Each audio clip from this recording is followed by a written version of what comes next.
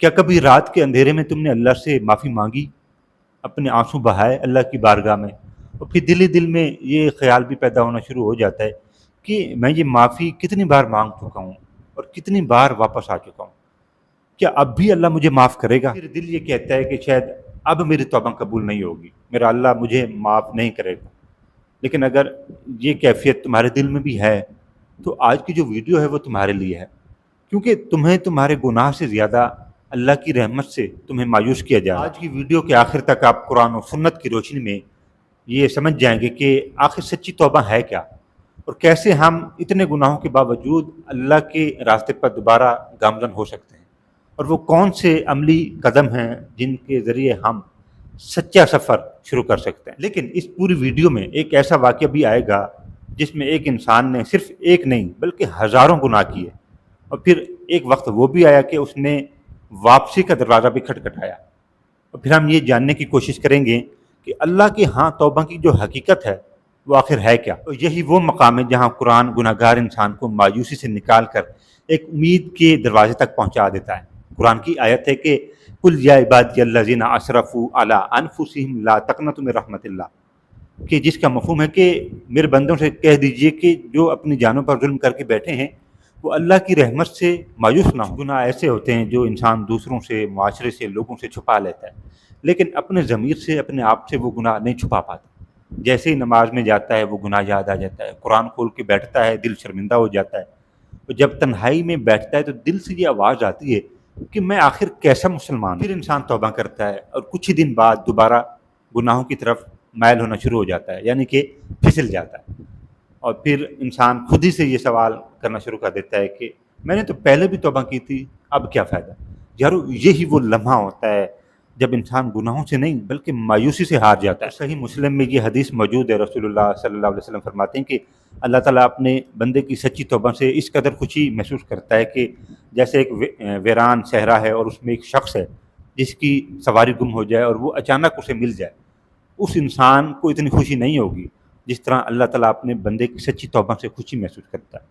یعنی بتانے کا مقصد یہ ہے کہ اللہ کے ہاں آپ کی جو توبہ ہے اس کی جو حیثیت ہے وہ معمولی نہیں ہے۔ لیکن اگر کوئی انسان بار بار گناہ کرے اور بار بار توبہ کرے تو کیا ایسے انسان کی توبہ قبول ہو سکتی ہے؟ اس سوال کا جواب ایک ایسی حدیث میں موجود ہے جو آپ کو اندر سے ہلا کے رکھ سکتی ہے۔ آج کا جو واقعہ ہے وہ ایک ایسے شخص کے بارے میں ہے جس نے 100 لوگوں کو قتل کیا۔ رسول اللہ صلی اللہ علیہ وسلم پہلے لوگوں میں سے ایک شخص کا واقعہ بیان فرماتے ہیں کہ ایک شخص جس نے 99 لوگوں کو قتل کیا ہوا تھا، پھر اس شخص کو یہ ریئلائز ہوا کہ اس کا انجام کیا ہونے والا ہے۔ پھر اس نے یہ پوچھنا شروع کر دیا کہ کیا میرے لیے بھی کوئی توبہ کا دروازہ یا توبہ کی کوئی گنجائش موجود ہے؟ وہ ایک ایسے انسان کے پاس گیا جو عبادت کرنے والا تھا، تہجد گزار تھا، اللہ کا نیک بندہ تھا، اور اس شخص نے اس سے یہ پوچھا کیا میرے لیے توبہ کی کوئی گنجائش موجود ہے؟ اس شخص نے یہی جواب دیا کہ نہیں۔ پھر وہ شخص غصے میں آ کر اسے بھی مار دیتا ہے، اور اس طرح 100 قتل مکمل ہو گئے۔ لیکن پھر بھی اس کے دل میں یہ سوال موجود تھا کہ کیا اللہ کے پاس واپس جانے کا کوئی راستہ موجود ہے؟ وہ ایک عالم دین کے پاس پہنچا اور اس سے یہی سوال کرتا ہے کہ کیا میرے لیے بھی کوئی توبہ کی گنجائش ہے؟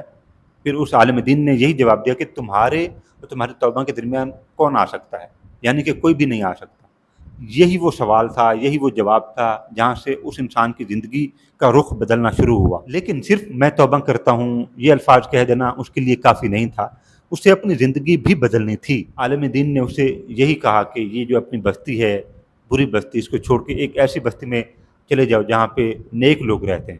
وہ شخص چل پڑا اور چلتے چلتے اس نے اپنی آنکھوں سے آنسو نہیں بہائے، بلکہ زندگی کا رخ بدلنا یہ بھی ایک توبہ کی علامت ہے۔ وہ نیکی کی طرف اپنا سفر شروع کر چکا تھا، اس کا ماضی بہت پیچھے تھا اور اللہ کی طرف بڑھتا ہوا ہر ایک قدم اس کے سامنے تھا۔ لیکن نیکی کے سفر پر چلتے ہوئے اس شخص کی موت واقع ہو گئی، اور رحمت کے فرشتے بھی آ گئے، عذاب کے فرشتے بھی آ گئے، اور معاملہ یہ طے ہوا کہ وہ شخص تو نیک لوگوں کی بستی کے بہت قریب پہنچ چکا تھا، اور آخرکار اس شخص کو نیک لوگوں میں شامل کر لیا گیا اور اس کی بخشش کر دی گئی۔ شخص منزل تک تو نہیں پہنچ سکا، لیکن اللہ کے لیے اس کا جو رخ تھا وہ تو بدل چکا تھا نا۔ شاید آج آپ بھی اپنی زندگی میں بہت کچھ خراب کر کے بیٹھے ہوں، کوئی معاملات ہوں یا کوئی بھی آپ کی زندگی کا کوئی پرابلم ہو سکتا ہے، لیکن یاد رکھیں کہ توبہ کا مطلب یہ نہیں کہ آپ ماضی کے مٹنے سے پہلے سفر شروع کر دیں، بلکہ توبہ کا مطلب یہ ہے کہ آپ اپنا رخ اللہ کی طرف کر لیں، باقی کوئی کام ہے، کوئی معاملہ ہے، وہ اللہ آپ کا بہتر کر دیتا ہے۔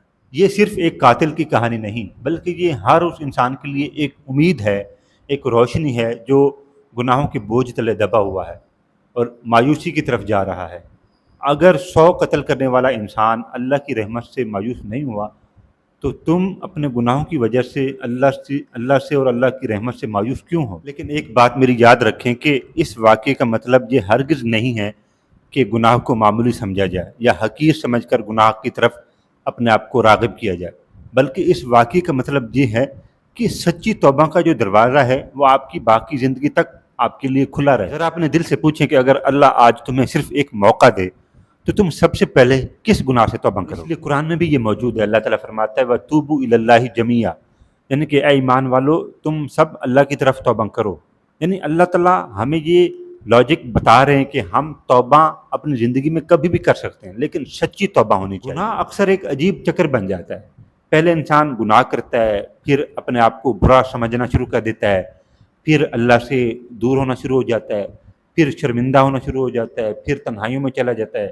یارو، اور یہ جو تنہائی ہوتی ہے یہ انسان کو دوبارہ گناہوں کی طرف لے جاتی ہے۔ یعنی انسان خود سے نہیں لڑ رہا ہوتا، بلکہ تنہائی، شرمندگی اور مایوسی سے بھی لڑ رہا ہوتا ہے۔ تمہارا گناہ تمہاری اصل پہچان نہیں، بلکہ تمہاری اصل پہچان یہ بھی ہو سکتی ہے کہ تم بار بار اللہ کی طرف، اللہ کے دروازے کو کھٹکھٹاؤ۔ اب تک ہم نے یہ سمجھ لیا کہ گناہ بڑا سے بڑا اور سنگین ہو سکتا ہے، لیکن اللہ کی جو رحمت ہے وہ اس سے بھی زیادہ بڑی ہوتی ہے۔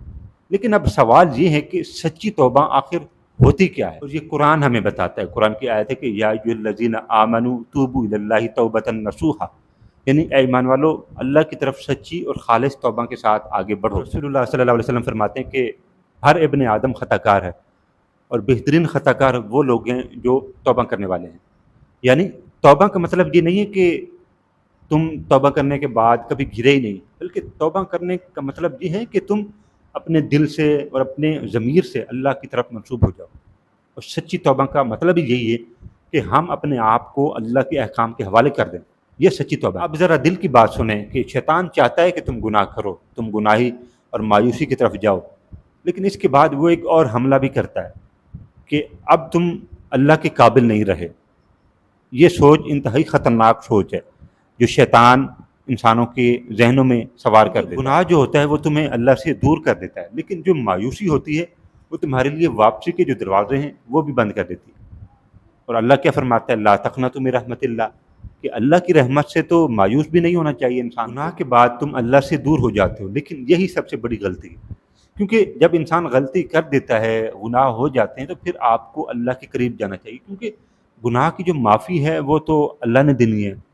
قرآن بھی کہتے ہیں لا تقنطوا من رحمت اللہ۔ لیکن آج کا ہمارا سب سے بڑا مسئلہ بھی یہی ہے کہ ہم سے گناہ بھی ہو جاتے ہیں، غلطیاں بھی ہو جاتی ہیں، کیونکہ ہم انسان ہیں نا، اور پھر ہم یہی سوچتے ہیں کہ اب ہم واپس نہیں جا سکتے کیونکہ ہم بہت گناہ گار ہیں، ہمارے لیے واپسی کے دروازے بھی بند ہیں۔ لیکن قرآن کہتا ہے کہ لا تقنطوا من رحمت اللہ، کہ اللہ کی رحمت سے تو آپ کو مایوس نہیں ہونا چاہیے نا۔